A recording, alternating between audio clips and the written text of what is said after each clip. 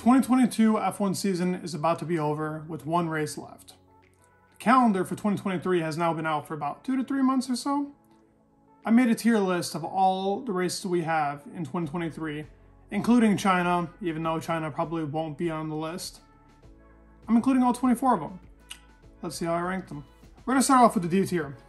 D tier is where we're starting off, and there's only one race in the D tier. And I put Mexico.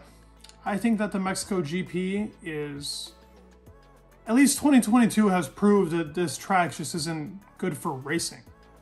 It's funny because when I play this track in the game, like the F1 2022, it's a fun track to play. It's extremely fun actually because there are plenty of opportunities for you to pass. You feel like you're racing fast. Watching this in real life was a snooze fest. Mainly because of the reason that the cars felt so terribly slow in that S section. They felt so clunky and the pitch just was not good watching it on TV. We're on to the C tier because D tier only had one. C tier, I have 3 races in here. Starting at Spain. I think Spain is the worst in the C tier. My reasoning for Spain being the worst is because the track just isn't made for racing, in my opinion. I think it's a great practice track, but racing-wise, it's not that great. That last chicane is awful and horrible to watch. It's fun actually for qualifying because a lot of pace is made up there if it's done like insanely well, but at the same time though, nobody really cares like if qualifying can be great and the race is just awful. Well, there is a track. I'll get to that one. But yeah, you can only really pass on the straight. Max had an awesome overtake actually here. But other than that though, only passing on the straight, and that doesn't really make for a fun race. Then I have Miami after that. The Miami GP is a complicated one. We've only had it now one time, and the track seemed like it was going to perform better than it actually did. Like, I thought this track looked promising, but I think it was quite the opposite. It didn't perform like how we all thought it would. Most people actually didn't think it was gonna be good. I did. I was pretty optimistic about the Miami GP, and it didn't perform. Then I have Australia topping off our C tier list. Yeah, it's got that nostalgia. Yeah, everybody loves Australia for it being the season opener for so long, but like let's look at the track. Honestly, let's look at the track and you tell me, do you think this track is actually good? Because every year we have it, I feel like I'm watching a Monaco on bigger streets. Almost no passes. I think that there's a statistic out there that there is the least amount of overtakes on Australia. Like, it's one of the tracks with the least amount of overtakes. The pit lane doesn't really count for much. Maybe you can do an undercut. There isn't really much to be done here. It's a track that I really don't like, honestly. C tier and D tier are tracks that I genuinely don't like and don't think are going to be good anytime in the future, unless there's big changes to them. B tier, we're starting off the list with Las Vegas. Now, yes, the track looks kind of boring, but the atmosphere is going to be amazing, and I have this feeling that this race is going to be a blast to watch. Monza looks like it could be just a boring race because it's just full out straights, right? I think Las Vegas is going to have that same type of touch, per se, on how the track will actually perform. I think that straight is going to be... So whoever's first, I think will just end up probably winning the race and flying away because it's kind of like what happens in Monza. The person that's ahead usually stays ahead because everybody else is fighting and there's a bunch of DRS trains and that's what ends up like causing the packs. I think Las Vegas will be the same way with probably different spots of overtaking. I don't think it's just necessarily going to be on the straight. The way that the track is made, there could be other potential spots. After Las Vegas, I have Baku. And Baku can either be an amazing race or the worst race on the calendar. 2022, it was one of the worst races on the calendar. It was boring. There really wasn't much to watch. The overtaking sucked. The track itself really relies on crashes and safety cars. It relies on it getting bunched up for these insane dive bombs and crazy races, really, in general. I mean, was it 2021? Yeah, 2021 had that insane year of Baku. Actually, really, like, was it 2018 that we had the Checo and Ocon incident? 2019 was good. I can't really remember 2020, but 2021 was amazing too. So it can be either great or it can be kind of whatever. Then I have Imola. Imola is a great track in both qualifying and if it's wet in the race. I love a wet Imola race. Otherwise, it's a C tier. But in the wet, Imola can be great and it can make for an interesting race if it's fully, completely wet. I feel like 2022 didn't really show that off as much as it could have because it was drying up and they ended up changing to medium tires after. But it can be a very good track. It can be. And it has its good things about it. It's an older track and there are a lot of things to like about it. Singapore.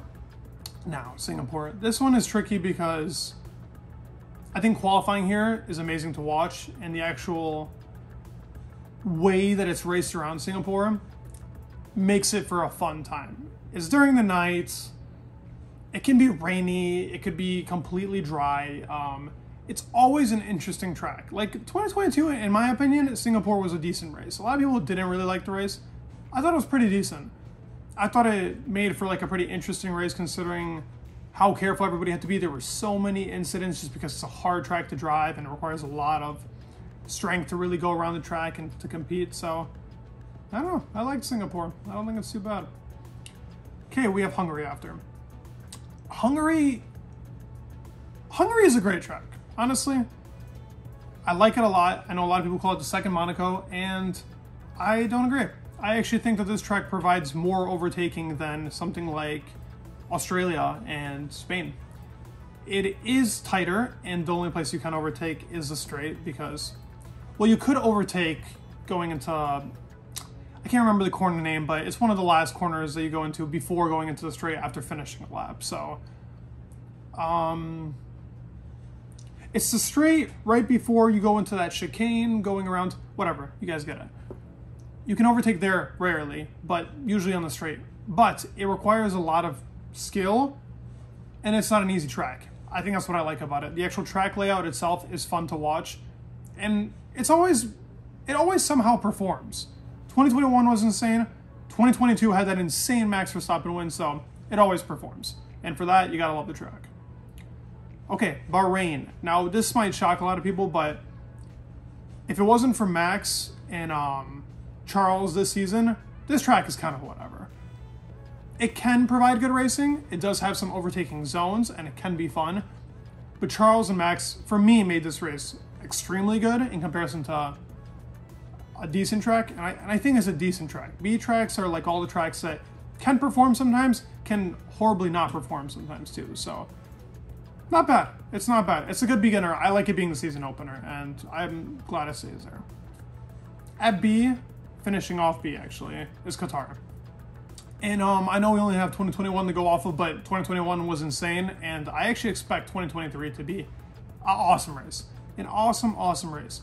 It feels like these cars perform super well around tracks like this. I only put it in B because it's potential. We don't necessarily know how great it's going to be. It's kind of like Las Vegas, but Las Vegas is at the end while Qatar is at the top. So, A tier, A tier, A tier. These are tracks that I feel like always perform when they're raced on. Now, as it may come to a surprise to a lot of people, I think Zandvoort is a great track. Overtaking isn't common here, but it's a hard track to drive, extremely hard track to drive. You have to be extremely precise, and qualifying is a blast here. In this year's race in particular, qualifying was made by a second with Williams cars. With Williams cars, there was only like a second difference between 1 to 15. That's insane. I mean, that just explains like why Zandvoort can be great. I mean, an Aston Martin had a purple sector in the first sector. That's insane. It can make for a great race.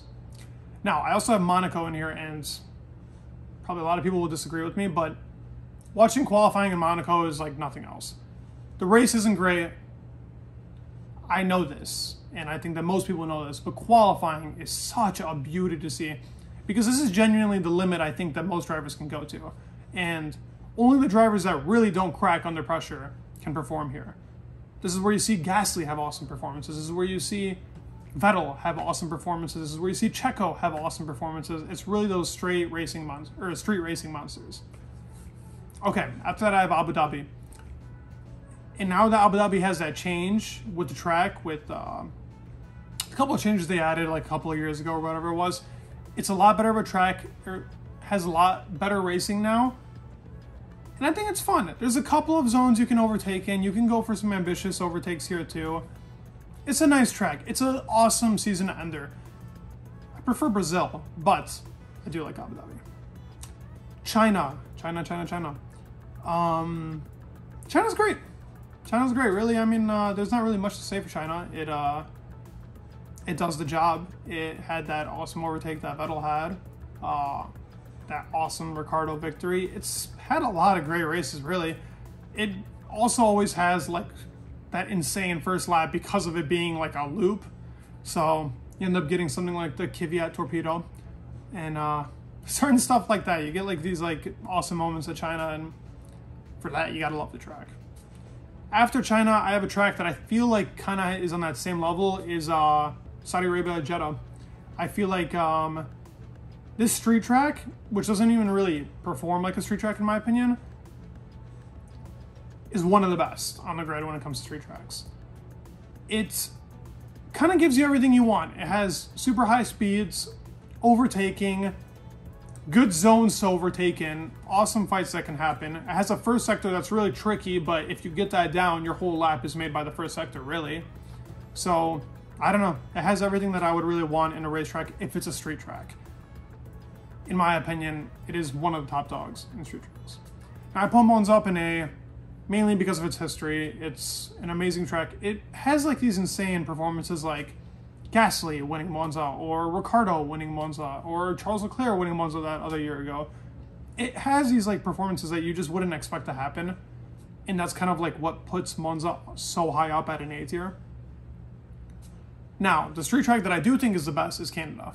I think that Canada provides the best racing when it's a good race day, because sometimes Canada doesn't really perform as well as it would want to, but I'm going off of the peak of these races. I mean, like I was saying with Imola, how it can either be a C or a B. I think the same thing for Canada. It can either be an A or a B, but super high B. It's always a good track to race on, and it has very good overtaking zones, and it requires a lot of skill. That's all you really need in a street track, and I think it gives all that. We're on to the last tier. The tier that I think these are the best races, and these always perform. And if they don't, it might be like a flaw, because these tracks always have insane moments, the history behind them, just the best tracks on the grid. Now, starting this S tier list, I have Austria. Austria is on the bottom of my S tier list, making it 6th on the 24 race calendar. Regardless of that though, it's a great race, it has awesome overtakes. We had a 5-car battle in a straight, which was unheard of till now, so it performs. Then we have Spa. Now, Spa is practically, in my opinion, the perfect racetrack, just sometimes it doesn't perform as well as we would want it to, like in 2022. The cars have to be really close because it's a super fast racetrack, and it is reliant on how you do La Rouge. So, it has its moments, but it's still a perfect racetrack. Like, by far, the most perfect racetrack on the grid. Then I put up COTA, Circuit of the Americas. It's just that slightest bit better than Spa. It always has like an awesome race. 2022, if we didn't just have Brazil, I would argue that this is the race of the year. It's right behind, it's close with Silverstone. They're both extremely close races. And after America, I have Silverstone. Silverstone also gives you the best type of racing that you can really get on a track. It does exactly what you want it to do, and always somehow performs. It doesn't seem like the track that would have the most overtakes, the most insane racing, but it does, because there's so many lines that you can take that are actually available for racers to do. And the track is just grippy and smooth and has so many zones that are super fun to watch. And there's a lot of zones where they can mess up in potentially too, so Silverstone's great. Now, while Japan is not the best racing track, it is by far my favorite looking track. That first sector is the best sector in all of racing. You can't beat that first sector, and even the second sector is extremely fun to watch. The third sector, there's so many iconic moments here. That Senna victory back in the day. it's just a track that brings these types of moments. While like there's not too many overtaking zones, and you can really only overtake in like 2 or 3 spots. They're hard spots that you can overtake in, and they always bring out amazing overtakes. And for that reason, I have it at number 2. And the track that maybe some of you, if you've watched the video from before, know would be number 1. It is Brazil. Interlagos is the best track. It is the most historic track. It brings the best racing. 2022 has proved it yet again that this track just doesn't disappoint. It's perfect. It's got a straight. It's got high speed corners. It's got low speed corners. It's got medium speed corners. It's got everything that you would want. Overtakes can be performed on the whole track practically. The whole track if you're close enough. We saw people overtake. I saw a couple of overtakes in a zone that I didn't think was possible. Yeah, it was Albon getting overtaked, but Sainz made a couple of overtakes, and Leclerc, where they went around the outside of the one first slow speed like chicane. It was amazing to see. Genuinely, this is the best racing track on the grid, and I think it should never be changed. It should be a permanent spot on the grid. Tell me what you guys think. Did you guys like my list? Do you guys think I'm too harsh on some of the tracks? Do you guys think I'm way too hyped up for some of the tracks? Let me know. Let me know your top 10. Comment down below. Leave a like, subscribe. It would mean the world. And peace.